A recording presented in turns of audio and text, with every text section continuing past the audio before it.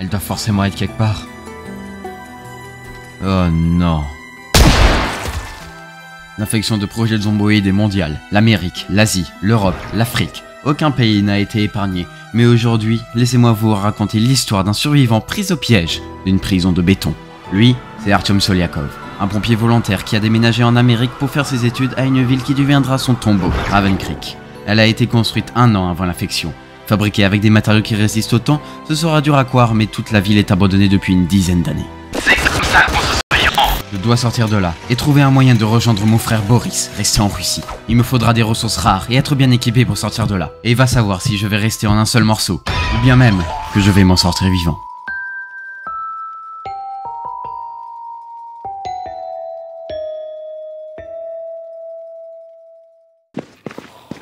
Mes pas résonnent dans les couloirs vides et le grognement des infectés se font entendre au loin. Je vais devoir faire confiance à mon fusil à baïonnette et une machette pour me défendre. Je cherche les chambres à la recherche de nourriture, mais je trouve juste un autre macabé et en plus certains commencent à me tendre des pièges. J'ai dû forcer la porte de l'entrée à grands coups de machette, mais au final j'y suis arrivé. Dehors, une vision de chaos et d'horreur. Les magasins barricadés à la hâte et les carambulages n'ont pas manqué de faire des victimes. Et le pire, ce sont les groupes d'infectés qui rôdent dans les rues. Au bout de la rue, je trouve une installation militaire entièrement barricadée. Je connais bien cet endroit, nombre de mes coéquipiers en début d'apocalypse sont restés là-bas. Et parfois j'arrive même à les reconnaître dans la foule. Les groupes sont partout, je dois couper par les bâtiments pour en échapper avant de me retrouver face à un autre, bien évidemment.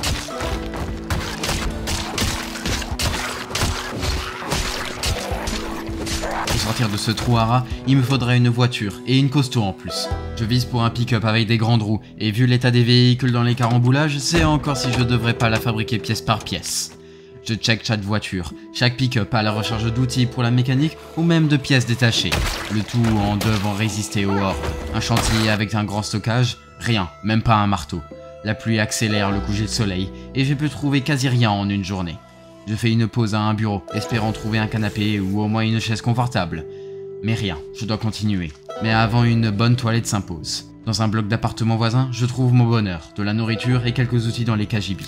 Et même un pistolet. Je vais pas l'utiliser ici, à moins que je veuille en finir pour de bon. On reste humain, il faut se soulager. Le lendemain, même chose.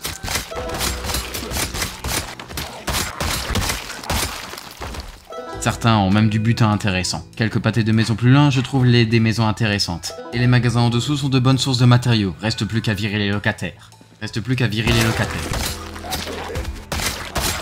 Les appartements sont largement assez grands pour une personne, et assez de pièces à l'étage pour en faire un atelier ou même un stockage. Donc sur ce, que les travaux commencent. Au fur et à mesure des prochains jours, je renforce mes compétences et fabrique un tas de barricades et de stockage pour mes trouvailles. En commençant par barricader les fenêtres avec des planches et en aménageant des caisses et en transformant ma chambre. Mais malheureusement, les hordes ont dû m'entendre bricoler. Après ce coup de pression, je pense qu'une seconde couche de barrière devrait faire l'affaire. Porte renforcée, palissade haute, caisson rondin et un stockage extérieur, ainsi que quelques commodités. Cette maison est prête pour le prochain résident. Un havre de paix dans ce monde lugubre. Je termine même par donner un coup de balai et retirer toutes ces toiles d'araignée accumulées en 10 années. Mais après tout ça, il me faut de la nourriture. Ça tombe bien, il y a un magasin juste en face. Et le matin, c'est vrai que les cafés sont pas mal bondés. Plus loin, il y a même un magasin de pièces automobiles. Je vais retenir ce lieu. Et quelque chose me dit qu'il y a des choses là-dedans.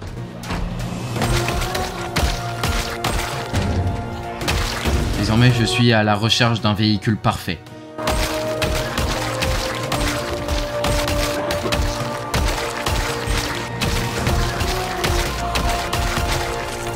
J'aurais bien aimé avoir une trousse de premier secours, mais rien à y faire. Les grillages sont trop solides. Et voici mon candidat. Yep, y a rien. Bon, ça va me demander du boulot. Heureusement que je m'y connais en tout ça. Et c'est à partir de ce moment-là que j'ai entamé la restauration de ce pick-up. J'ai cherché loin, très loin, pour trouver des pièces de moteur et autres éléments essentiels à la voiture. J'en ai récupéré des ambulances, des bus scolaires, des camions-citernes et bien d'autres. Grâce à ces efforts et plusieurs jours de travail acharné, j'arrive petit à petit à me le remettre sur roue. Suspension, porte, capot, batterie, siège conducteur et même phare ont dû être remplacés. Au final, cette voiture est prête pour l'aventure. Mais il manque une chose que j'ai appris dans un magazine. Mais d'abord, il me faut du repos. Ajouter des plaques de métal, du blindage, ou pour en faire un vrai tank, capable de résister des heures face à une horde enragée de zombies. Cela m'a demandé beaucoup d'efforts pour trouver tous ces matériaux, mais au final j'ai réussi à le faire, renaître de ses cendres un pick-up. Tout est prêt, la sortie est à portée de main, mais il reste une dernière préparation. À l'aube, je charge toutes les ressources dans le coffre. Et tant qu'on y est, autant être propre sur soi. Un bon bain, certes froid, mais même aujourd'hui, ça reste un grand luxe. Et sans oublier de pouvoir se brosser les dents. Avant de partir, je m'arrête à un endroit où je sais où trouver tout ce dont j'ai besoin. Un prêteur sur gage spécialisé dans le militaire. Et croyez-moi, j'ai eu raison.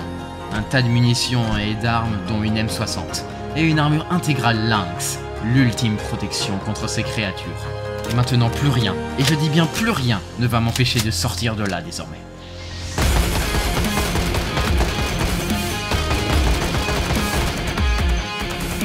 La sortie est ici. Maintenant c'est juste l'entièreté de la ville contre moi.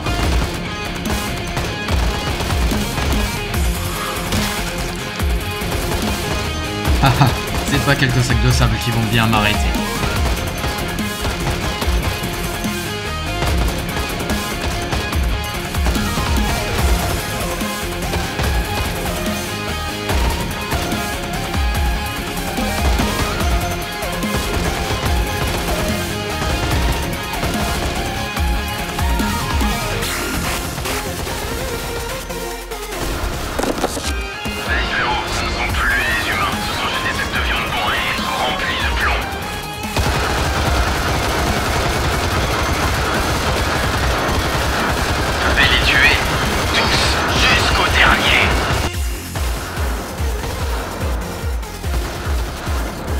Derrière cette barrière, il y a la liberté. Plus que quelques mètres. Et la liberté est à moi. Je viens juste pour toi, frérot.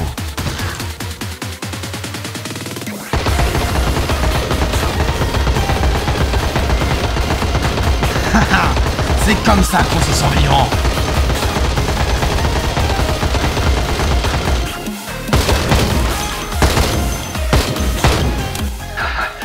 C'est sorti. Maintenant, il reste plus qu'à rentrer à la maison, mon petit. Je t'attendrai au coin du feu et au milieu de la taille.